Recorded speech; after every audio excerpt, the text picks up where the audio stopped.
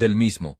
Habiendo tratado en la catequesis anterior sobre los juramentos, pronunció esta volviendo sobre el mismo tema, y muestra que no sólo el perjurar, sino también el jurar según ley merece castigo, y que fue provechoso, el que Cristo resucitase al cabo de 3 días. Verdaderamente habéis desterrado de vuestras bocas la mala costumbre de los juramentos, porque yo no me he olvidado, ni de lo que yo mismo dialogué con vosotros, ni de lo que vosotros me prometisteis acerca de este tema. En efecto, yo disertaba, y vosotros prometíais, si no de palabra, cierto, sí al menos con vuestros elogios de lo dicho. Ahora bien, esta promesa es mejor que la hecha de palabra, pues muchas veces el que promete de palabra asiente con la lengua, pero no con la voluntad, en cambio, el que aprueba lo que se ha dicho, realiza el asentimiento desde su alma. En verdad, pues, habéis limpiado vuestra lengua de aquella grave mancha, entonces habéis desterrado la suciedad de vuestra sagrada alma. Yo supongo que la habéis limpiado, porque estáis a punto de recibir a un gran rey, y de saborear la abundante enseñanza espiritual de padres bastante entendidos. Por otra parte, el plazo es suficiente, y el término prefijado para la enmienda se acerca ya al final, y vosotros sois dóciles y obedientes, pues dice el apóstol, obedeced y someteos a vuestros dirigentes, y vosotros le hacéis caso en todo. Basándome en todo esto, creo que el éxito es total. Sin embargo, yo no quería suponerlo ni creerlo, sino saberlo con toda claridad, para en tal caso entregarme con más ardor a discursos más místicos, descargado ya de la preocupación por los juramentos, os hubiera introducido en el santuario mismo, y os hubiera mostrado al Santo de los Santos con todo lo que allí se contiene, no una vasija de oro con maná, sino el cuerpo del Señor, el pan del cielo, os hubiera mostrado, no un arca de madera con las tablas de la ley, sino la carne irreprochable y santa que contiene al legislador en persona, os hubiera mostrado en su interior, no una oveja irreprochable degollada, sino al Cordero de Dios sacrificado, mística víctima que hace temblar a los mismos ángeles cuando la miran, os hubiera mostrado, no a Aarón entrando con vestimenta de oro, sino al unigénito que entra, que tiene la primicia de nuestra naturaleza, y que manifiesta a su Padre la grandeza de su éxito, porque no entró Cristo dice en su santuario hecho de mano, sino en el mismo cielo, para presentarse ahora en la presencia de Dios. Hay allí un velo, no tal cual lo tenía el templo judío, sino mucho más terrible. Escucha, pues qué clase de velo es este, para que aprendas cómo era aquel santo de los santos, y cómo es este, puesto que tenemos dice mucha confianza para entrar en el santuario por la sangre de Jesús, por el camino nuevo y vivo que Él inauguró para nosotros a través del velo, esto es, de su propia carne. ¿Ves cómo este velo es más terrible que aquel? En todo esto quería iniciaros hoy, pero ¿qué va a ser de mí? La inquietud por los juramentos no me abandona, y me consume el alma. Y sé bien que muchos condenarán por exagerado lo que acabo de decir, al escuchar que consume mi alma, pues ellos creen que es un pecado leve, pero justo por eso yo me lamento más. Los otros pecados, efectivamente, son graves, pero también se piensa que son graves, como ocurre con el homicidio y el adulterio, son graves y se cree que son graves. En cambio, el juramento es grave, ciertamente, pero no se cree que sea grave. Por eso me lamento y tengo miedo de este pecado. Esto en efecto, esto es lo propio de la estratagema del diablo, introducir encubierto el pecado, y como si mezclara veneno con el alimento habitual, se las ingenia para ocultar el juramento entre los preconceptos de los hombres. Entonces, ¿qué? ¿Vamos a gastar para el juramento toda la enseñanza y todo el tiempo? De ninguna manera, sobre todo porque supongo a algunos de vosotros, ya corregidos. Efectivamente, lo mismo que cuando salió el sembrador no toda la simiente cayó entre los espinos, ni toda entre las piedras, sino que mucha también fue a parar a la buena tierra, así también ahora es imposible que, después de tanta enseñanza, no haya entre tal muchedumbre nadie que pueda mostrar el fruto. Así pues, ya que se han corregido muchos, aunque no todos, repartamos también nosotros el discurso. Era, en efecto, necesario que los no corregidos tampoco escuchasen por entero las palabras misteriosas, sin embargo, en atención a los más diligentes complaceremos a los más negligentes, para que no se vean defraudados, pues mucho mejor es complacer a estos en atención a aquellos, que perjudicar a los más diligentes, por causa de los negligentes. Ahora bien, quiero que recordéis la promesa que os hice en la plática anterior, pero que no he cumplido, porque el discurso nos empujó hacia puntos más necesarios. ¿Qué promesa pues era aquella? Intentaba yo deciros por qué razón nuestros padres, dejando correr todo el año, determinaron que este era el tiempo oportuno para iniciar a vuestras almas en los misterios, y decía que la observancia de este tiempo no está dada sin más y al azar. Efectivamente, la gracia es siempre la misma, y en nada la estorba el tiempo, ya que es divina. Sin embargo, también la observancia del tiempo tiene algo de misterioso. Pues bien, ¿por qué los padres legislaron que esta fiesta fuese ahora? Ahora nuestro rey ganó la guerra contra los bárbaros, y más crueles que los bárbaros son, efectivamente, todos los demonios. Ahora destruyó el pecado, ahora aniquiló la muerte y sometió al diablo, e hizo prisioneros. Por lo tanto, en el presente día, recordamos aquellos triunfos. Por esto los padres legislaron que los regios dones se distribuyesen ahora, ya que esta es una ley de triunfo, así obran también los emperadores paganos, nuestros días de triunfo los honran con múltiples festejos. Pero el carácter de ese honor está lleno de deshonor, porque, ¿qué clase de honor son los teatros, y lo que en los teatros se hace y se dice? ¿Acaso no está todo rebosando vergüenza y gran ridículo? Este otro honor, en cambio, es digno de la munificencia del que honra. Por eso legislaron que fuese ahora, por valerse de este tiempo para hacerte recordar la victoria del Señor, para que en las fiestas de la victoria, haya algunos que lleven los vestidos resplandecientes, y entren en la estima del Rey. Pero no solamente por esto, sino además, para que también durante este tiempo te unas al Señor. Él fue, dice, crucificado en el madero, crucifícate tú mediante el bautismo,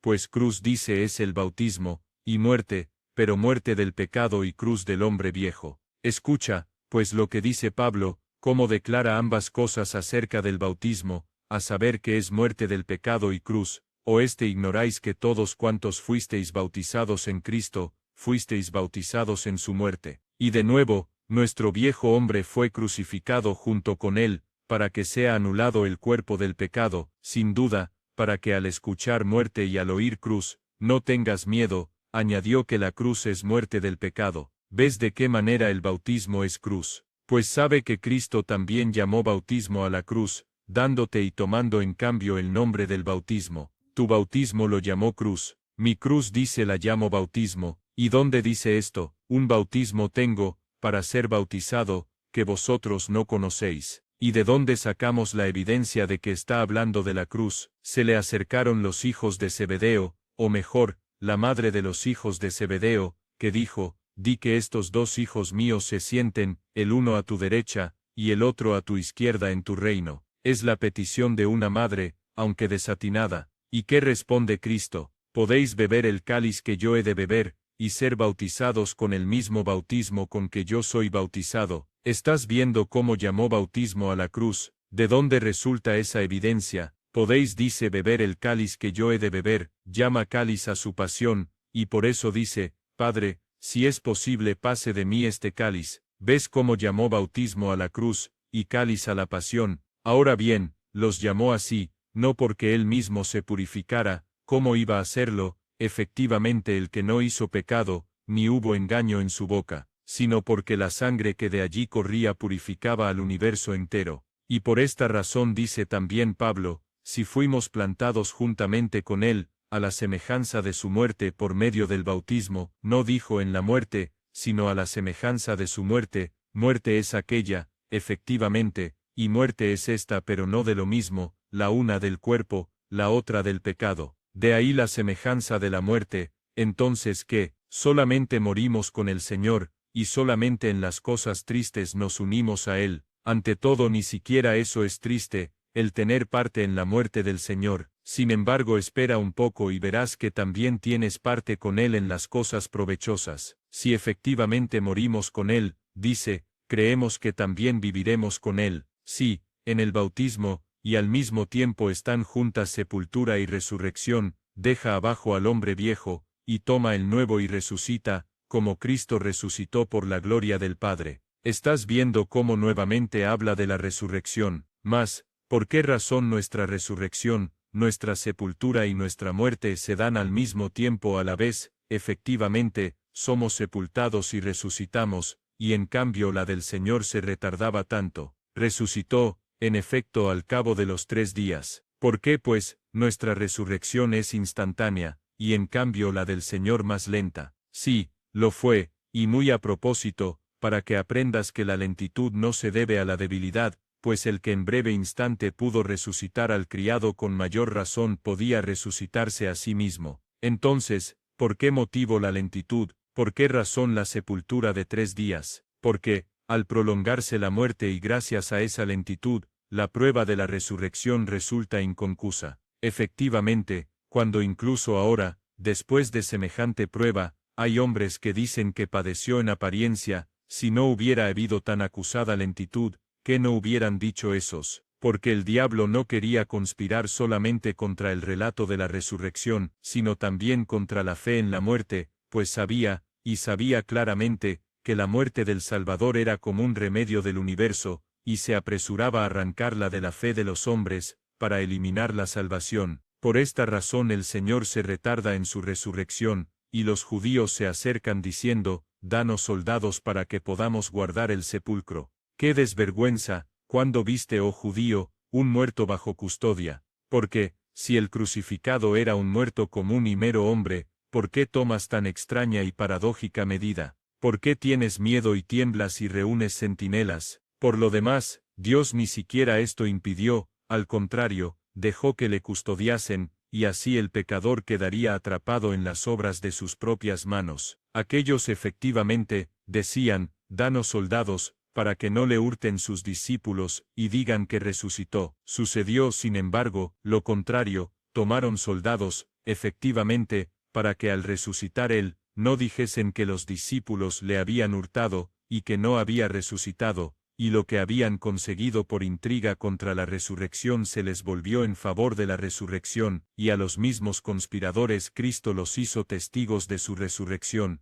para así truncar la excusa que alegaran el día aquel. La razón, pues, de que los padres mandaran realizar en este tiempo la iniciación a los misterios os la expuse de manera suficiente, yo al menos lo creo a través de lo que llevo dicho. Quiero, sin embargo, saldar con vosotros otra deuda, si es que no os cansáis ya de escuchar y deciros, ¿por qué razón de aquí os enviamos desnudos y descalzos a las voces de los exorcistas? Y en verdad, también aquí aparece otra vez el mismo motivo, a saber que el rey ganó la guerra e hizo prisioneros, y tal es la indumentaria de los prisioneros. Escucha, pues qué dice Dios a los judíos, de la manera que anduvo mi siervo Isaías, desnudo y descalzo, así caminarán hacia la cautividad los hijos de Israel, desnudos y descalzos. Pues bien, porque quiere recordarte la anterior tiranía del diablo, se vale de la indumentaria para llevarte a ti al recuerdo de tu anterior origen vil. Por esta razón estáis de pie, no solamente desnudos y descalzos, sino también con las palmas de las manos abiertas hacia arriba, para que también confeséis la ulterior soberanía de Dios, a la que ahora os estáis acercando. Despojos y botín de guerra sois todos vosotros, y de estos despojos hace mención Isaías mucho antes del cumplimiento de los hechos, al anunciar de antemano así,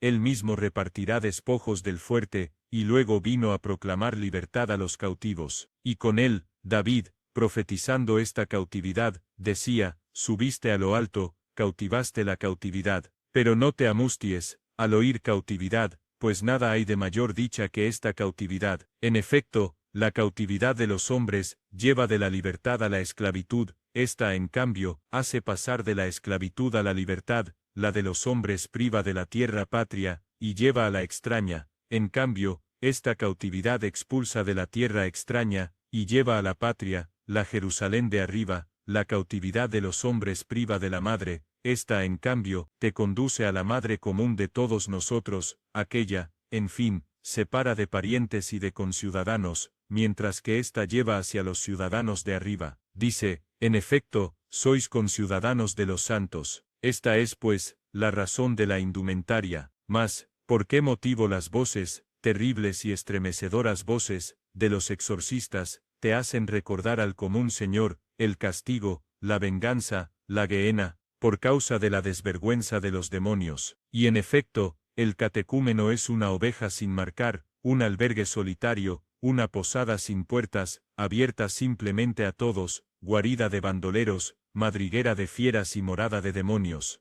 Pues bien, ya que plugo al rey, por su inmensa bondad, que este albergue solitario y sin puertas, esta guarida de bandoleros, se convirtiese en palacio real, por esta razón nos mandó preparar al albergue a nosotros, los que enseñamos, y a los otros, los exorcistas. Y nosotros, los que enseñamos, consolidamos con nuestra enseñanza las paredes ruinosas, pues dice, todo el que me oye estas palabras, y las practica, será comparado a un hombre prudente que edificó su propia casa sobre la peña. Vamos echando los cimientos bien sólidos, hasta que se presente el rey. Si en alguna parte vemos algo de suciedad o de barro, lo quitamos, porque tal es la costumbre del pecado, hedionda y sucia. Escucha, pues cómo describe David su naturaleza, como carga pesada se han agravado sobre mí, hedieron y se pudrieron mis llagas, por causa de mi locura. Nosotros quitamos la hediondez, y ponemos el perfume espiritual, y los exorcistas, por su lado, con aquellas terribles voces, van mirando alrededor, no sea que en alguna parte aparezca una fiera, una serpiente, una víbora o un escorpión, y es que, después de escuchar aquella temible voz, la fiera, por dañina que sea, no puede ocultarse hundiéndose o deslizándose, antes, bien, se levanta y escapa, aunque no quiera.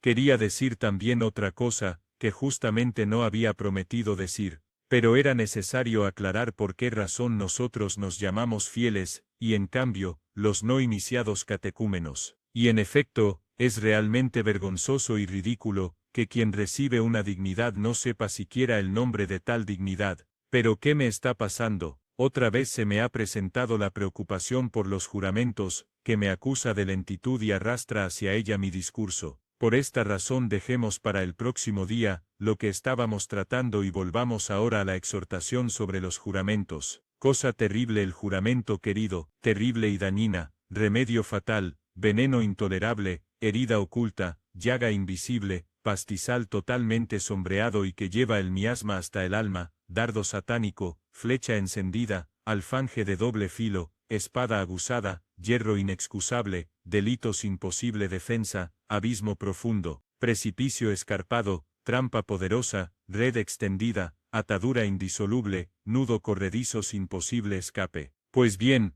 os basta lo dicho para que creáis que el juramento es algo terrible y más peligroso que todos los pecados. Fiaos de mí, os lo ruego, fiaos. Pero si alguno no cree, desde ahora mismo ofrezco la demostración: ningún pecado posee lo que precisamente tiene este pecado. Efectivamente, si no transgredimos los demás mandamientos, estamos libres de castigo, pero el juramento, tanto si lo guardamos como si lo violamos, muchas veces somos castigados por igual. Quizá no habéis comprendido lo dicho. Pues bien, entonces es necesario repetirlo más claro. Muchas veces alguien juró realizar una acción inicua, y cayó dentro de un nudo corredizo indisoluble. En adelante le era necesario guardar el juramento y transgredir la ley, o bien no guardar el juramento y ser condenado bajo acusación de perjurio. Así, por uno y otro lado el precipicio se hizo profundo, por uno y otro lado, la muerte inexorable, tanto si guardaba el mandamiento como si no lo guardaba. Por consiguiente, hay algo más fatal que esto, lo mismo cuando se cumple que cuando no se cumple. Y para que aprendáis que esto es así y que muchos se hicieron acreedores muchas veces al castigo, no solo violando el juramento, sino también guardando el juramento, voy a relataros algo parecido. Herodes estaba una vez festejando su cumpleaños, y celebraba el día de su nacimiento. Como quería hacer espléndido aquel día, invitó a la hija de la reina a que bailase para él, sin percatarse de que así deshonraba más bien aquel día. Y en efecto, cuando lo que necesitaba era dar gracias al Dios bondadoso por haberle creado de la nada, por haberle dado un alma, por haberle introducido en este augusto espectáculo de la creación, por haberle hecho espectador de esta hermosísima y maravillosa creación, cuando era necesario, digo, que honrase el día con himnos y acciones de gracias al Señor, él sin embargo lo honró con el deshonor. Efectivamente, hay algo más deshonroso que el baile, y ese día bailó la hija de Herodías. Escuchad, hombres y mujeres,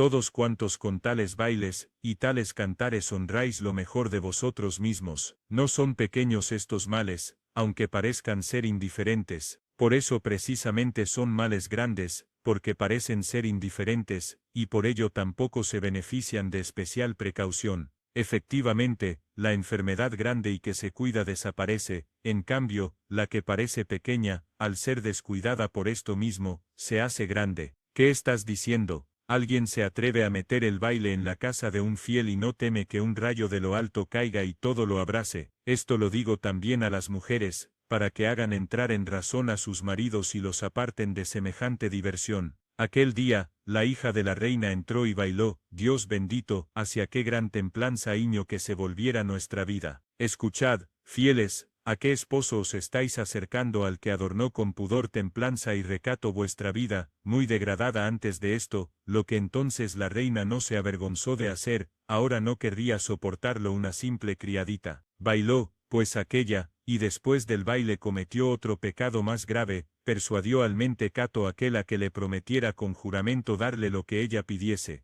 Estáis viendo cómo el juramento hace también mentecatos. Juró él, sin más, darle justamente lo que pidiese. Pues bien, ¿qué hubiera pasado si ella hubiera pedido su cabeza? ¿Y qué, si hubiese pedido el reino entero? Solamente que él de nada de esto era consciente, el diablo se había presentado junto a él con un fuerte lazo, y en cuanto el rey acabó el juramento, puso el lazo y extendió la red por todas las partes, y entonces sugirió aquella petición que haría inevitable la presa: dame, dice, sobre una bandeja la cabeza de Juan el Bautista. Desvergonzada la petición, insensata y fatal la donación, culpable de ambas, el juramento. ¿Qué se debía, pues, hacer? Recordad lo que yo os decía, que somos igualmente castigados, tanto si guardamos el juramento como si lo violamos. Era necesario dar la cabeza del profeta, en tal caso el castigo habría sido insoportable. No darla, entonces, sobrevendría la acusación de perjurio. ¿Ves cómo el precipicio se abre a uno y otro lado? Dame, dice aquí, sobre una bandeja, la cabeza de Juan el Bautista. Oh petición maldita. Y sin embargo logró persuadir, y con ello creía acallar aquella sagrada lengua que por el contrario, aún ahora sigue gritando.